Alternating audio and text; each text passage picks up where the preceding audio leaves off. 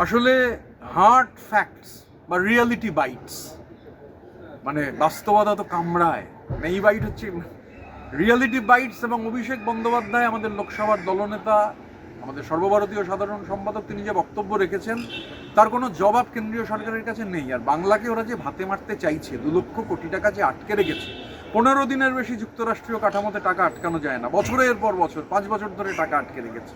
যখন এই তথ্যগুলো সামনে আসছে, আর বাংলার নির্বাচন আছে, বাংলার মানুষ তারা হচ্ছে, বাংলার মানুষ তৃণমূল করেন কি কংগ্রেস করেন কি বিজেপি করেন কি সিপিএম করেন সেটা অপ্রাসঙ্গিক। এই যে টাকা আটকে রয়েছে এটা বাংলার মানুষের টাকা, হকের টাকা, প্রাপ্য টাকা, ন্যায্য টাকা।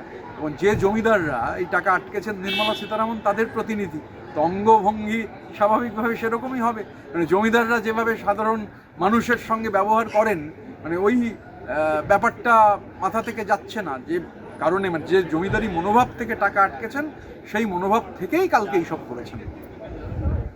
হুমায়ুন কবির নিয়ে মানে বক্তব্য রেখে সময় নষ্ট করার কিছু আছে বলে মনে হয় না।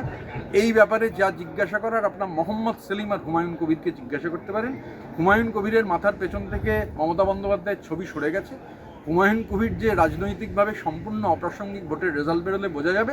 শুধু হুমায়ুন বাবুর প্রাসঙ্গিকতা যিনি খুঁজে পাচ্ছেন এই ব্যাপারে আলোকপাত করার জন্য শ্রেষ্ঠ মানুষ হচ্ছেন মোহাম্মদ সেলিম। আসলে বিজেপি তো বাংলা বলে কোনো ভাষা আছে সেটাই স্বীকার করে না। মানে যে ভুঁইফোড় বললেন আর কি যে বাংলাদেশি ভাষা, বিজেপির কাউকে শুনেছেন তাকে কন্ডেম করতে? আসলে বিজেপি বাংলা এবং বাঙালির বিরুদ্ধে ধারাবাহিক যে আক্রমণ, বিজেপি যুদ্ধ ঘোষণা করেছে, বাঙালি রক্ত দিচ্ছে, দেশের স্বাধীনতার জন্য সব থেকে বেশি রক্ত দিয়েছে। বাঙালি যখন দেশের স্বাধীনতার জন্য রক্ত দিচ্ছিল, বিজেপির পূর্বসূরি আরএসএস মুচলেখা লিখছিল, মার্সি পিটিশন লিখছিল ছাড়া পাওয়ার জন্য। ব্রিটিশদের, ওদের ডকুমেন্টেড হিস্ট্রিতে রয়েছে ওরা কীভাবে ব্রিটিশদের সেবাদাস হিসাবে ভূমিকা পালন করেছে। তাই জানতো, মানে বাংলায় রাজনৈতিকভাবে জিততে পারছে না, বাংলার মানুষের ওপর, মানে বাংলার মানুষের হাতে মারবার চেষ্টা করছে বাংলার মানুষকে। এখন নতুন করে দেখা যাচ্ছে যে গোটা দেশ জুড়ে, তো আজকের ঘটনা নয়, গত কয়েক মাস ধরে শুরু হয়েছে যে ডবল ইঞ্জিন রাজ্যগুলোতে যেখানেই বিজেপি ক্ষমতায় আছে সেখানেই বাংলা ভাষায় কথা বলার জন্য মানুষ আক্রান্ত, এবং তারই অংশ হিসেবে আজকে আবার এক বাঙালি ভাই খুন হয়েছেন।